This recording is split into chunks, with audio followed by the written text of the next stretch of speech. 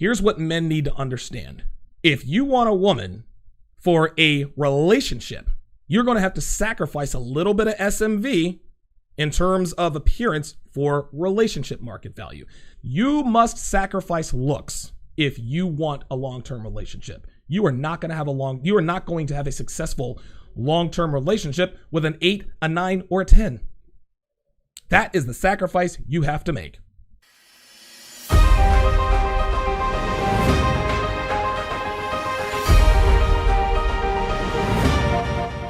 I've sold cars on a few different occasions. You guys know that I have an extensive sales background. I've sold new cars. I've sold used cars. I've sold luxury cars.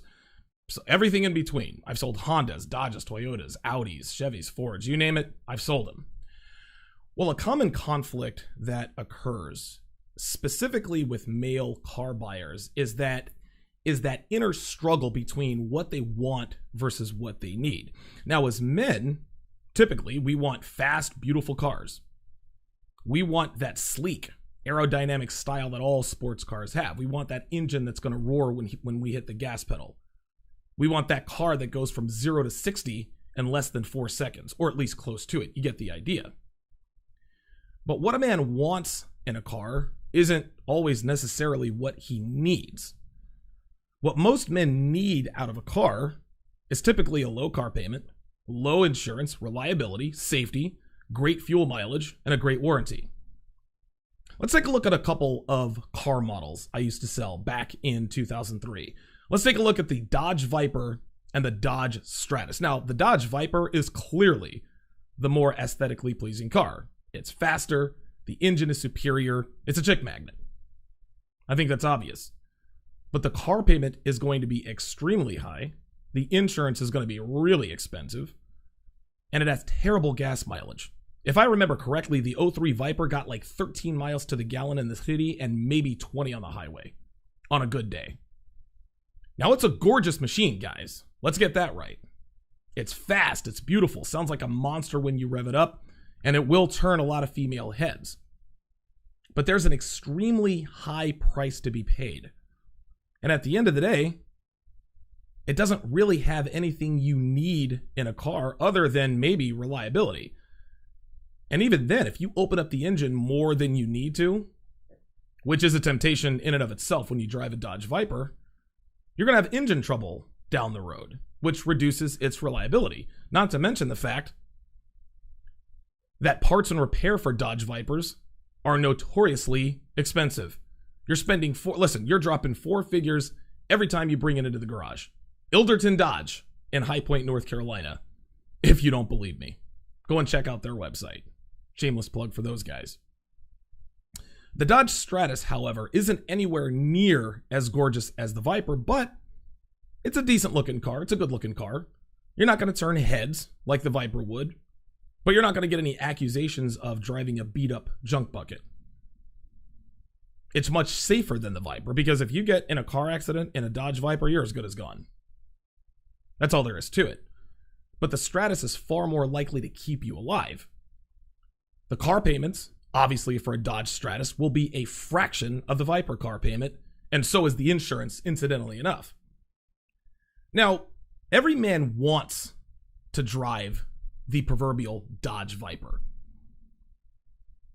And for a short-term fling, guys, listen, it's not a bad option, right? Like, listen, maybe you lease it for a year or two and return it. Maybe you rent it for a summer, have some fun.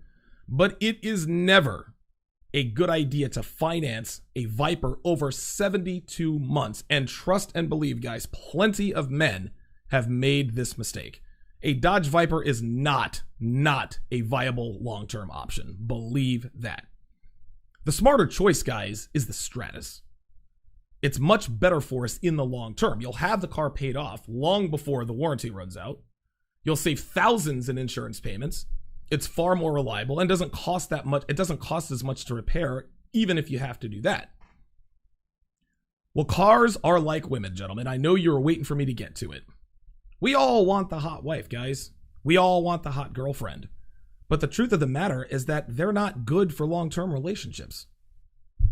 Unless she was raised on a farm with no internet or raised in an Amish village, girls who have extremely high sexual market value almost always have much lower relationship market value.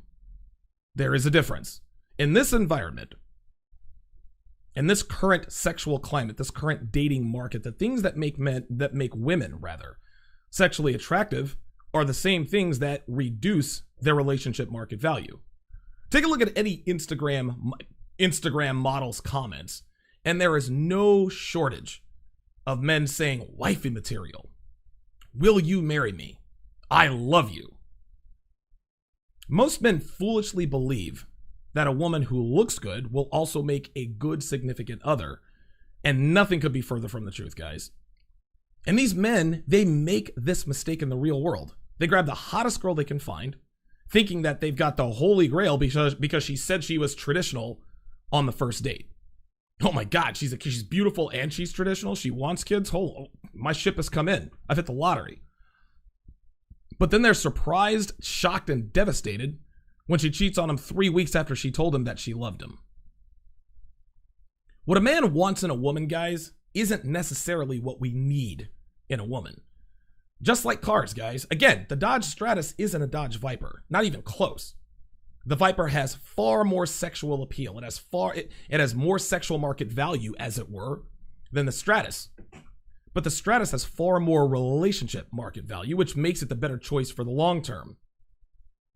Men need to start approaching relationships the same way. Gentlemen, I know it's hard. But it is necessary.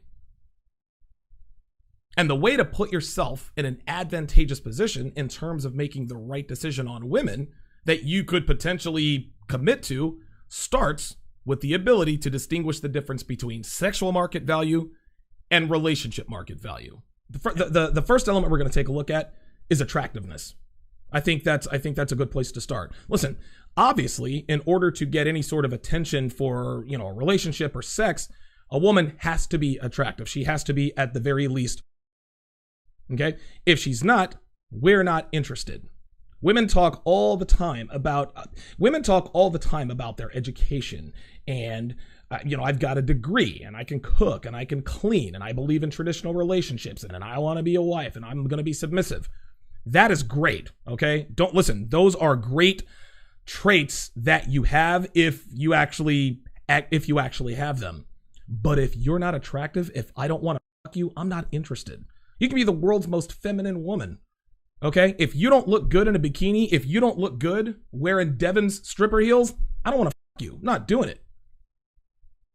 Here's what men need to understand, guys. Here is what men needs to understand. If you want a woman for a relationship, you are going to have to sacrifice. You're going to have to sacrifice a little bit of SMV in terms of appearance for relationship market value. Every man dreams of marrying an 8 or a 9 or a 10. Every man wants a hot girlfriend, a hot wife. Every man wants a girlfriend that's an 8, a 9, or a 10. Newsflash, guys, here. 8s, 9s, and 10s are community property. Everybody's had a ride. Listen, 8s, 9s, and 10s work in the sex industry, whether they're cocktail waitresses, strippers, whether they turn tricks, whether they turn escorts. And even if they don't end up in the sex trade, 8s, 9s, and 10s only the highest value guys. They the richest guys. They the guys with the biggest. They the guys who have the best looks. They the highest value guys. And highest value doesn't always mean money. No, highest value means the best looking, tallest, biggest you can find. And if they happen to be all rolled up into one, professional athletes, then she's definitely going to be an alpha widow. Let's bring Devin into the conversation. Devin is a 7. She's a 7. A lot of people think, oh my God, Devin's not a 9 or a 10. She's a 7. In the face, she's a 6.5. She has a 6.5 face. She has above average looks, slightly above average looks in the face. In her face, she's a 6 on the worst day with no makeup. On her best day, her face is a 7. Her body, on the other hand, is an 8.5. Her body is an 8.5. Her body is an 8 on her worst day. On her best day, her body is a hard 9. Maybe even a little higher depending upon what she is wearing. And anybody who just take a stroll through my social media feed. Devin's got a hot bod. You guys know that. Now think about this.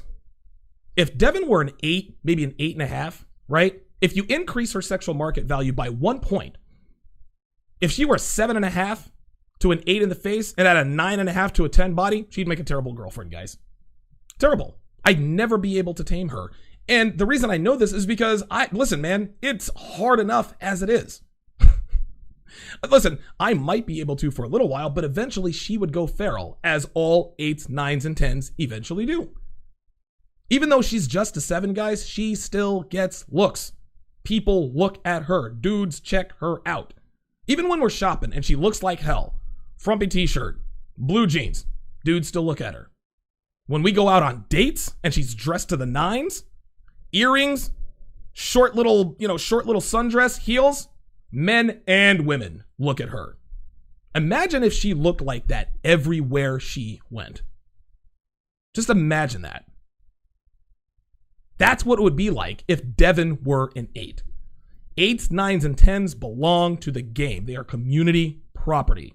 I am very fortunate to have a 7 as a girlfriend. Sometimes she can push 7.5 if she really, really tries. That's perfectly fine, as long as she's a 7.5, 8 around me. But Devin's a 7. I'm not going to say, oh yeah, my girlfriend's a 9 or a 10. No, she's not a 10, guys. She's a 7. You must sacrifice looks if you want a long-term relationship. You are not going to have a successful long-term relationship with an 8, a 9, or a 10. That is the sacrifice you have to make. Don't look for an 8, a 9, or a 10, gentlemen. Look for a 6 or a 7. 6s and 7s don't look like 8s, 9s, or 10s. But every girl has that one trait that makes her irresistible. They have that one trait. Maybe she has a great ass. Maybe she has great legs. Devin's got all 3. So I'm fortunate in that regard. Don't look for a long-term relationship with an 8, a 9, or a 10. Between a 6 and a 7, that's the sweet spot.